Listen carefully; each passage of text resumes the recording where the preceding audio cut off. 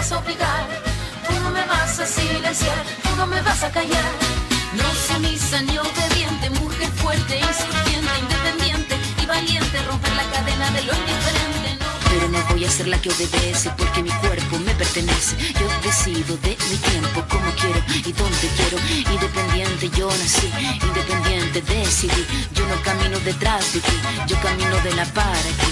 Tú no me vas a humillar, tú no me vas a gritar, tú no me vas a someter, tú no me vas a golpear, tú no me vas a denigrar, tú no me vas a obligar, tú no me vas a silenciar, tú no me vas a callar. Muy buenas tardes, ¿qué tal? ¿Cómo te va? Aquí estamos, como todos los miércoles, de 17 a 17:30, haciendo el segmento La Otra Voz TV.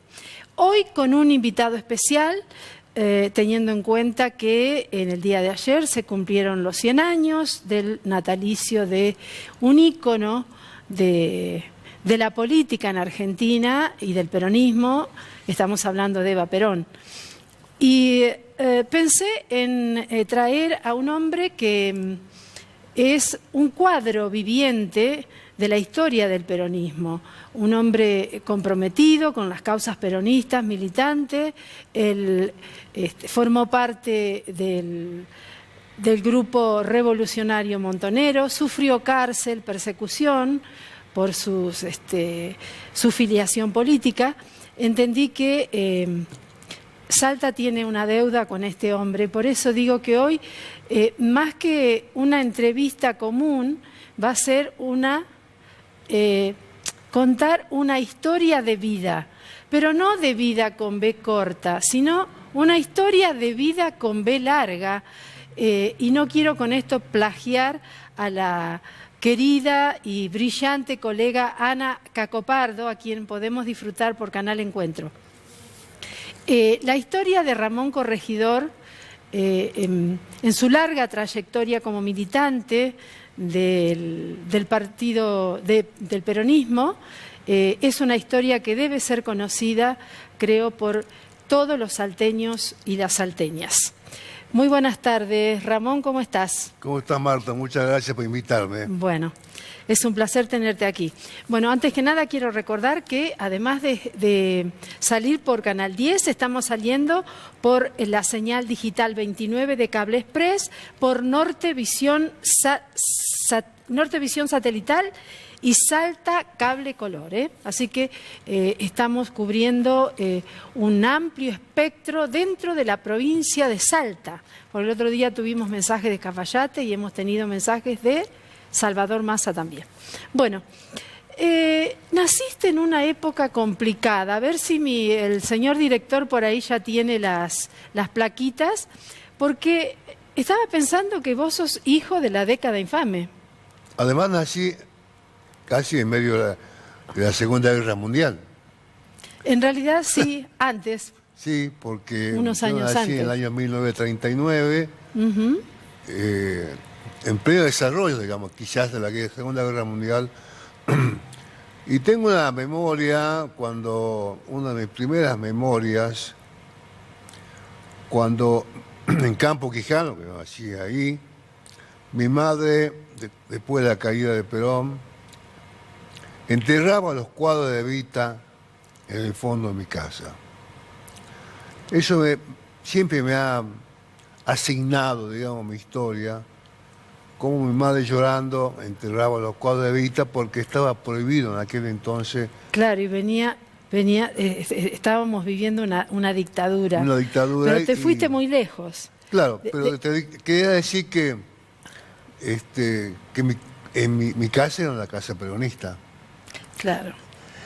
Mi padre fue miembro del Partido Justicialista en Campo Quijano. Y entiendo que también deben haber estado, a ver si volvemos a la placa anterior, por favor, que deben haber estado también, de alguna manera influidos por este tipo de política. Obviamente. Que había comenzado en el año 30 con el golpe de Estado que da Uriburu, al radicalismo, después además la crisis sigue económica. Agustín Justo, sigue Ortiz y como cerrando, digamos, esa década infame, terrible, Castillo. El presidente Castillo. Así es. Entiendo, digo, que tus padres también deben haber sufrido de una manera especial, si eran peronistas, las políticas de estos dictadores, de estos pseudo políticos como fue Ortiz o Castillo, porque eran civiles. Era una vida muy dura económicamente. Sí. Y quizá todavía estaba, digamos, la crisis del año 29, la crisis mundial, Sí. obviamente repercutió profundamente en estos países periféricos del capitalismo y era muy difícil salir de esa situación. Vos conocés como una gran periodista el cine nacional que trabajó muchísimo con Tita Merelo, por ejemplo, en lo que era la miseria. Sí. Hay un tango, una canción, Tita Merelo, que dice: ¿dónde hay un mango? Sí. Ramón, bueno, ya por qué me lo contestaste, pero ¿cuándo fue tu ingreso al peronismo? ¿Cuándo se da? En la cuna. Sí, obviamente.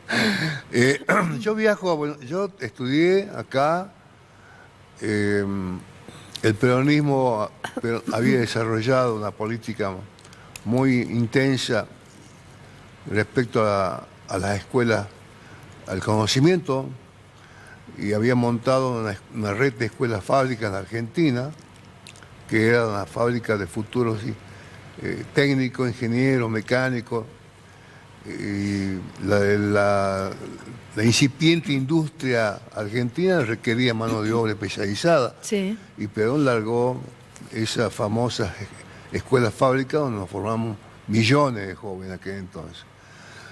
Y a partir de ahí, como todas nuestras generaciones, esa generación y las que vinieron, tuvimos que ir a Buenos Aires a trabajar. Sí.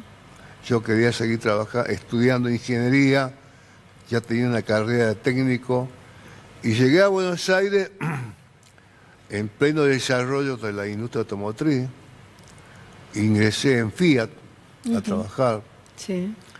En Fiat fui electo delegado del ESMATA, un gremio que era un gremio chico, y en los anales del ESMATA siempre se decía que Eva Perón le había concedido la personería al ESMATA, a los mecánicos, a los grasitas, como decía Evita. Es un gremio que representaba a los trabajadores de la industria automotriz. Hasta entonces eran talleres o concesionarias, hasta que llegó con Frondizi la inversión, las grandes fábricas de Argentina. Llegó General Motors, Fiat,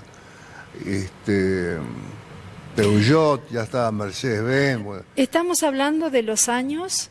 y 64, 50, 65. 60. Sí. Bueno, entre los 60 y los 70, bueno, pues ya pasamos el año 55, Sí. en que bombardean la Casa Rosada, se produce esa masacre terrible con muchísimos muertos, y se apropia del poder, mejor dicho, lo que se llamó la Revolución Libertadora.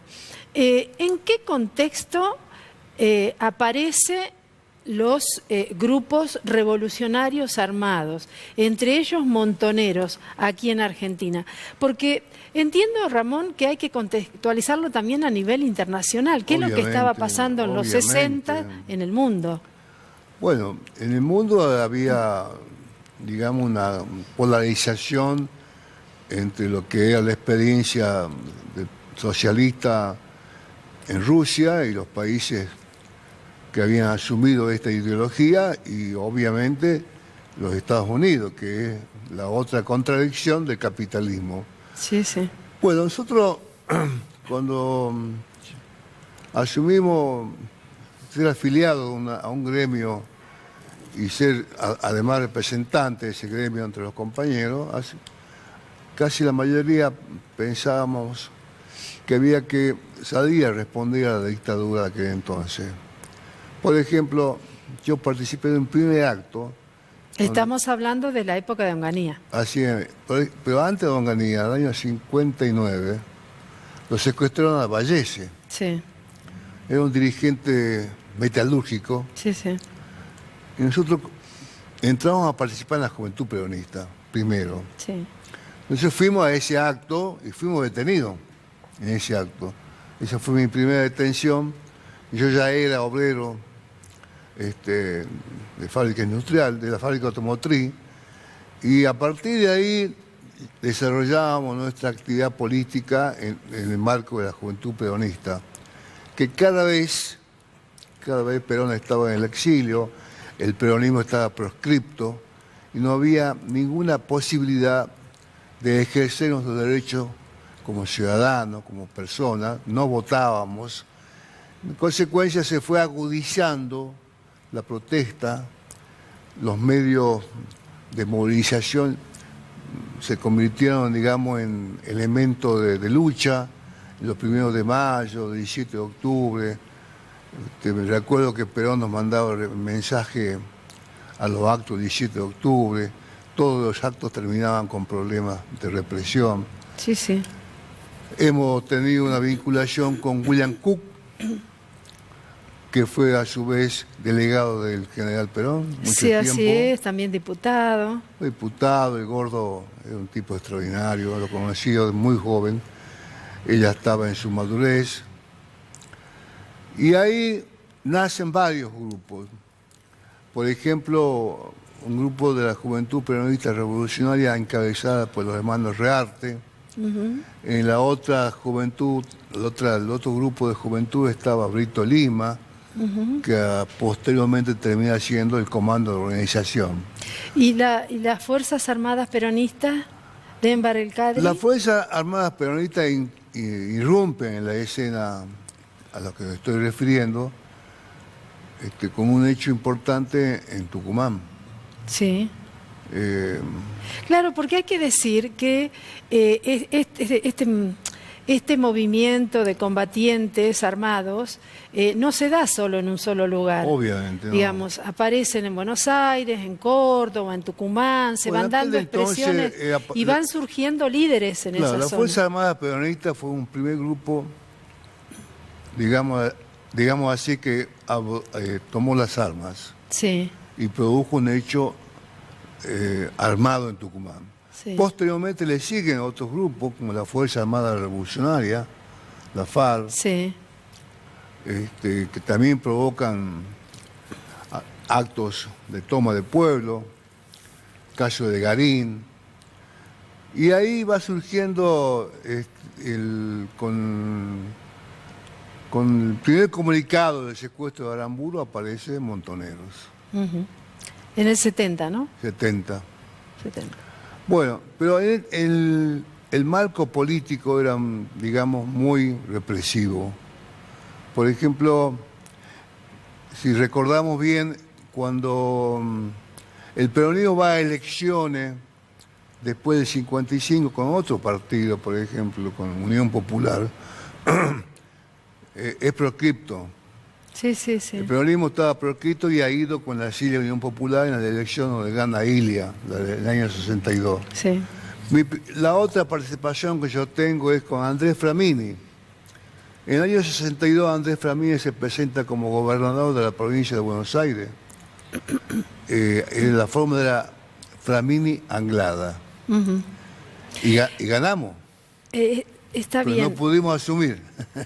Así es, y además hay que recordar que, bueno, a Ilía mucha gente lo ha idealizado, que tenía sus cosas buenas, obviamente que sí las tuvo, como un hombre honesto, un hombre como un ícono de la honestidad y de la entrega y todo ese tipo de cosas. Pero tenemos que recordar que Ilía asumió el gobierno con el peronismo proscripto. Y con el 23% de los votos. Exactamente, pero que además había mandado, cuando Perón quiso volver en el 60 y pico, y él se opuso. Ilía se opuso. El gobierno de Ilia tenía un ministro de Relaciones Exteriores que era muy gorila de los radicales. Sí. Zavala Ortiz. Sí.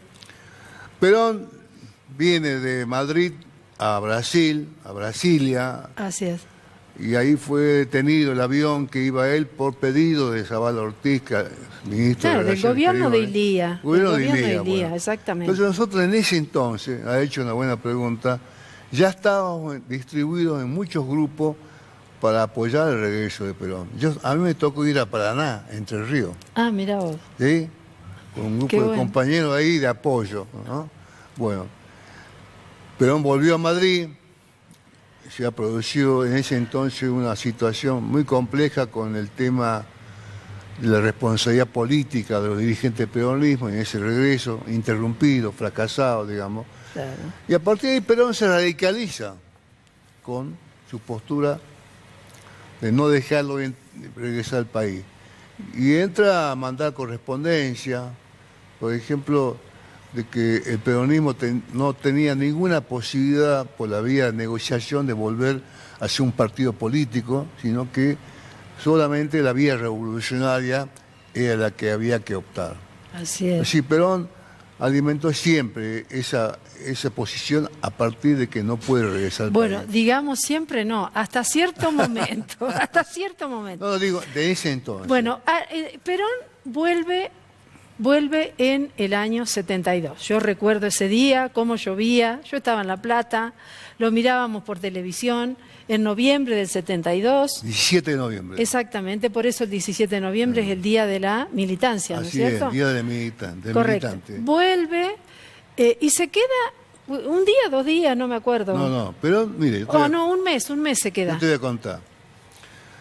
Entonces el general López Aufrán había hecho un círculo de 40 kilómetros. Mirá que tenemos 10 minutos para terminar de la cerrar todo. redonda Sí. del aeropuerto de Ezeiza, y la juventud peronista se movilizó y pasó ese círculo de hierro que habían formado y llegamos a Ezeiza. Estamos hablando del 72. Claro, 17 de noviembre. Pero hay mucha historia ahí en Ezeiza que no está todavía dilucidado qué pasó. Bueno, pero Ezeiza fue al año siguiente. No, cuando llega Perón... En el 72 es la primera vez que claro, llega. y está Perón el famoso paraguas con claro, Rucci, por ahí y tenemos la imagen. Abad Medina. Ah, exactamente. Y Perón es detenido en el hotel ese. Está detenido prácticamente. Pero es cuando se da el abrazo con Balbín. No, ese fue en Gaspar Balbín, Campo. por eso, pero fue en ese momento. Fue un momento muy duro en Ezeiza para Perón. Hasta el punto que un oficial de la Policía Federal lo apuntó con un revólver. Por eso hay una historia que no se conoce. Terrible. Perón salió a las 6 de la mañana rumbo a Gaspar Campo. En Alitalia. Sí, bueno. Vino en Vamos, y yo lo vi a Perón en la avenida General Paz y Alberdi y se me caían las lágrimas. Claro. Ahí donde estás vos, ahí estaba el general. Qué tremendo. Y de todo, eran las 6 de la mañana y marchamos todos a Gaspar Campo a pie y la gente venía en el camino. Fue una cosa extraordinaria. Bueno, Perón estuvo un par de días, lanzó el Fresilín, el Frente Cívico de Liberación Nacional, en el Estado andino, convocó a todas las fuerzas políticas. Ahí fue Balbín a verlo por la ventana. Pero eso fue impresionante, porque estuvo unos pocos días y dejó armado un montón de cosas. Y se fue a Paraguay. Exactamente. Sí, impresionante. Bueno, Perón regresa después definitivamente en el año 73, en junio del 73. Terrible, Ezeiza. Fue tremendo. Porque ese episodio se conoce como la masacre de Ezeiza. Sí. Todavía no se sabe exactamente qué pasó, porque los distintos referentes, tanto de Montoneros como de otras organizaciones peronistas, tienen versiones distintas. Bonazo dice una cosa, Verbitsky dice otra, lo escuchábamos a Leonardo Fabio y decía otra. Lo que pasó es que nosotros Montoneros llevó 2 millones de personas. Sí, fue una cosa fue extraordinario. Impresionante fue. Y los sectores más reaccionarios del peronismo, que hoy todavía conviven dentro del movimiento, armaron una represión comandado por el coronel Osinde. Sí. Y bueno, fue una matanza. A partir de esa matanza se agudizó la contradicción en el peronismo. Claro. Y comenzó una especie de vendetta entre un bando y otro. Entonces, Y empieza a, me parece, a sumar influencia un personaje nefasto dentro del peronismo, como fue López Rega. Así es. Terrible. Cuando fuimos a verlo a Perón en el año 68, yo pertenecía al gremio, yo fui miembro del Secretariado Nacional del ESMATE del año 64 hasta el año 72. Nuestro gremio siempre estuvo identificado con las luchas de los trabajadores. Por ejemplo, en el Congreso de la UTA, en el año 68, nosotros le ganamos a Bandor la Comisión de Poderes. Mira vos. Y asume compañero Ongaro, la CGT. Y Bandor se levanta el Congreso, yo fui congresal nacional por mi gremio, y se va y se refugia en la CGT de la calle Azupardo. Y Ongaro funda la CGT argentino en Paseo Colón, en Acero Gráfico. Sí, sí. Ahí fue un gran encuentro de toda la militancia peronista revolucionaria. Yo quisiera... ahí lo conocí a Dante Gullo. Ahí lo conociste a Dante, que murió hace unos días. Y ahí lo conocí a Rodolfo Wall. Y vos fuiste a la cárcel en el año 75. Claro, hay bajo el gobierno de Isabel Perón. Nosotros estábamos reunidos. Tenemos 4 minutos nada más. Estábamos reunidos en La Matanza, sí. Dardo Cabo, Dante Gullo. Dardo Cabo dirigía la revista Descamisados. Sí. En una reunión política y nos cercaron, ¿no? Nos rodearon y se llevaron a la brigada de Matanza, nos torturaron, nos pusieron a disposición del Ejecutivo. Terrible. Y paramos en Sierra Chica. A Dardo Cabo lo secuestraron, después en La Plata, junto con otros compañeros en la cárcel de la U9. 4 compañeros fueron secuestrados a esa cárcel. Dardo Cabo, Pirle, Giorgiadi y Rapaport, todos muy jóvenes, muy brillantes cuadros políticos. Y aquí estamos. Yo creo que la historia del peronismo no se rompe, que no se quiebra la posición de transformación del peronismo. El peronismo nació para transformar la realidad de injusticia que había en el año 45 y su bandera, su doctrina es defender a los trabajadores, a los humildes, a los pobres, favorecer la educación pública y tener un país mínimamente responsable, digamos, en el sentido de desarrollo social, político, económico. Ese fue el mensaje de Perón y de Perón. Y estamos hoy en una situación profundamente de retroceso. Terrible, espantosa. Hablo de eso todos los días.